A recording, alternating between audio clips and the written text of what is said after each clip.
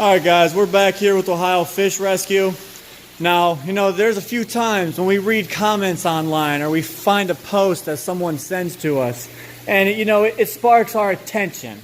Now, this time there was a guy that he made the offer, said, "I'll donate $100 if you guys can test your water and your nitrates are below 40 parts per million." But he wants the whole test kit to be in the frame. So we're going to go ahead and go through this. As you guys know, this 58,000 gallon pond is plumbed in on the system. So all the fish water gets cycled through this 58,000 gallon, this 3,000 gallon. All these tanks are on the same system. So what I'm going to do for you guys is I'm going to test this pool, which is 58,000 gallons. There's no possible way we would be able to keep up on the water maintenance on 58,000 gallons doing, quarter tank water changes each week. That would be very, very, very pricey, and we wouldn't be able to operate the way we do. But the way we have our filters set up and how we do things here at the rescue, it's very fine-tuned. And there's a lot of brains that go into how we filter our water. So I'm going to do a water test on this 58,000 gallon pond, which, he says that there's no possible way it can be below 40 parts per million with how many fish that we have on our system. So I'm going to test that pond, and I'm going to come in here, and I'm going to test this pool pond where all of our tanks drain to. So in theory, this should be our dirtiest water. Because that 4,000, this 1,000, all these tanks, that tank, those tanks, they all drain back into this pool pond right here. So let me go ahead and grab the test tubes, and we're going to go ahead and start this water parameter test. So here we go. We got the Freshwater Master Test Kit by API. Here's my 2 drums. Now, I'm going to try and keep this in view so there's no switcheroos, no nothing like that, just to prove a point here. Okay, let me go ahead and get that. There we go. We're about up to that line. Let me grab this guy. All right. Now, hey, Mikey, can you grab that test chart for me? Now, I'm going to keep these in view of you guys, so there is no switching, no nothing like that. I'm going to go ahead and set this guy down here. Alright, actually, take him off. Let me grab this guy. Now, left is pond, right is pool pond. Alright. Here, Mikey, can you hold that left tube for me? No, that one. Alright. Now bring it over here in view so you can see that nothing's being changed. Alright. Left is 58,000 gallon pond. Right is the pool. 1, 2, 10. 1,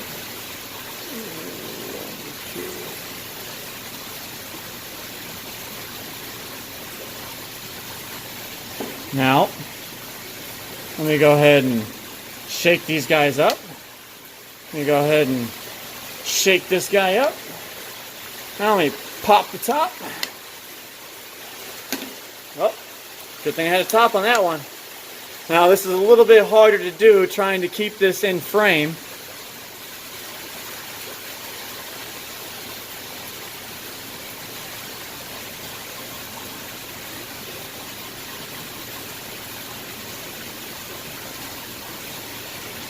So, there goes both of your nitrate drops, bottle 1 and bottle 2, 10 drops each. Where'd it go? Just go. Alright, let's go ahead and shake these guys up. Now, I'm going to go ahead and just hold them so they're on screen. Sorry about my hand, guys, but this is to prove a little point. Now, we've got 5 minutes before this test is completely finished, and I can go ahead and give you guys the reading. So let me go ahead and go through a few little things out here. So now, if you guys noticed, we had a pallet of rocks that were sitting outside, and we went ahead and started placing them all around the outside of this pool.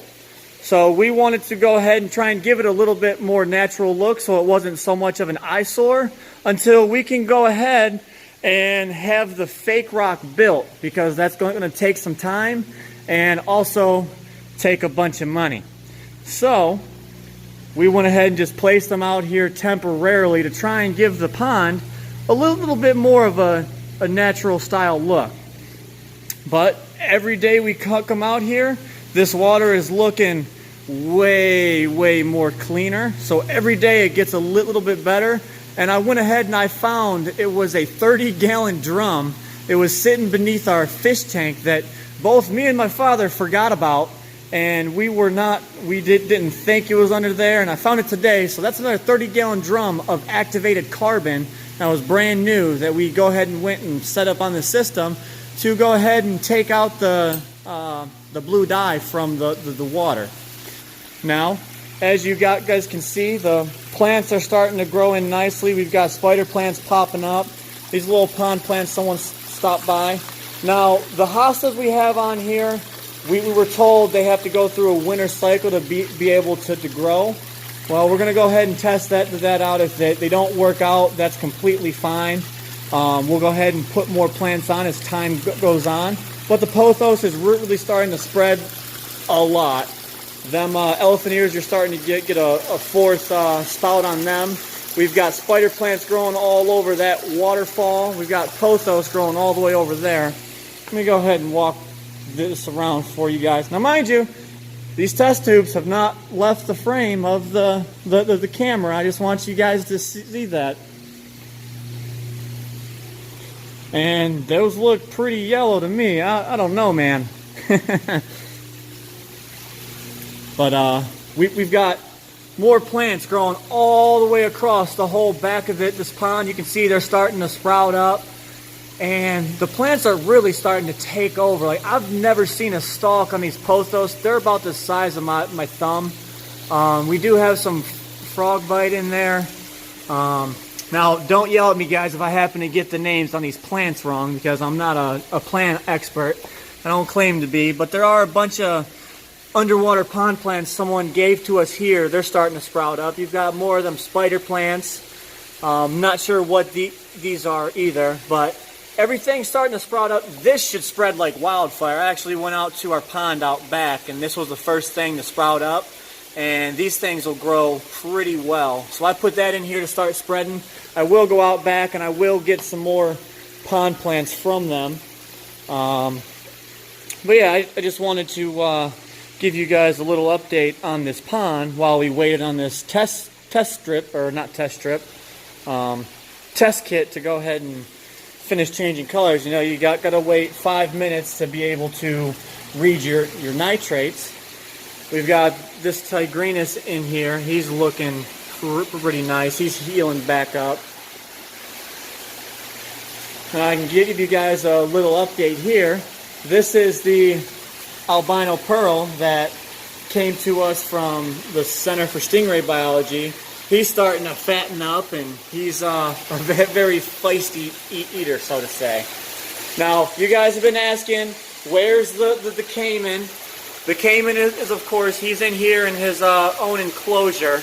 We do let him swim in the pond whenever we're out there and able to watch.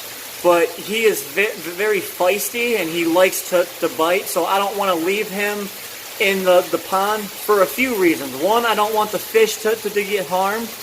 B, I don't want the fish to harm him, because, you know, he's only about 1.5 feet long. And then the third reason, and the reason that means the most to us, is we don't have any sort of land area that the caiman could come out and bask on.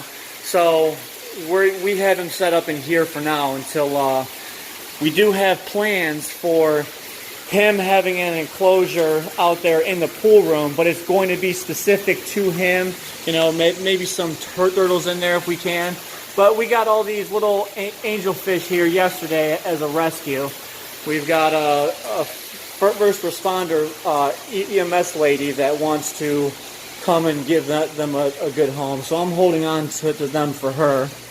But hey, we're here right now. It's past the 5-minute mark. Mikey, where's that pamphlet? There we go. Now, if you hold this up, the right vial is the pool in the fish room. Now, to me, that looks pretty yellow. I'd say that's between 0 and 5 parts per million. And that's pretty well if you ask me. If you want to hold that one for me, Mikey. Now this one is the 58,000 gallon pool pond.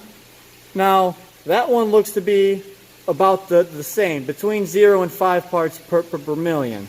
So this was just a little bit of, to prove a point here. The filtration we have on these tanks and ponds is absolutely just ridiculous, and we definitely have enough on there.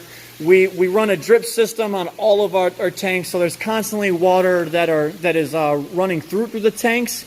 And for one, that's to give them a little bit of fresh water. Two, to make up for the amount of evaporation that goes on around here. You have 58,000 gallons here. There's a lot of evaporation being so warm.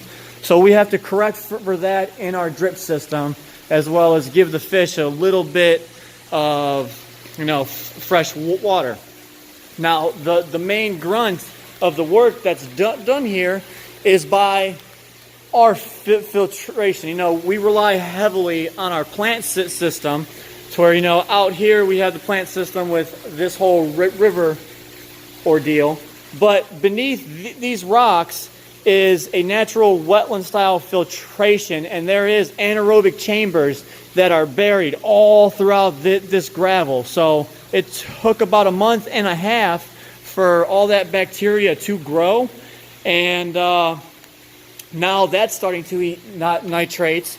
And then back on our original system here, we have a big patch of pothos up here with our plant grow bulbs.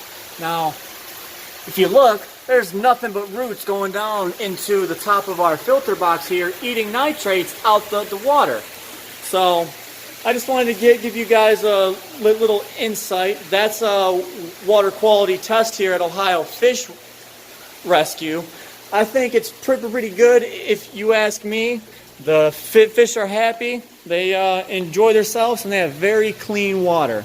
So to the kind gentleman that offered to donate the $100 to Ohio Fish Rescue, you can send it through PayPal to Big Rich at Ohio Fish Rescue, or you're more than welcome to go online, find the PayPal donate link on our Facebook, or you can go on to any YouTube video, click see more details, and there's 3 different ways for you to go ahead and donate there.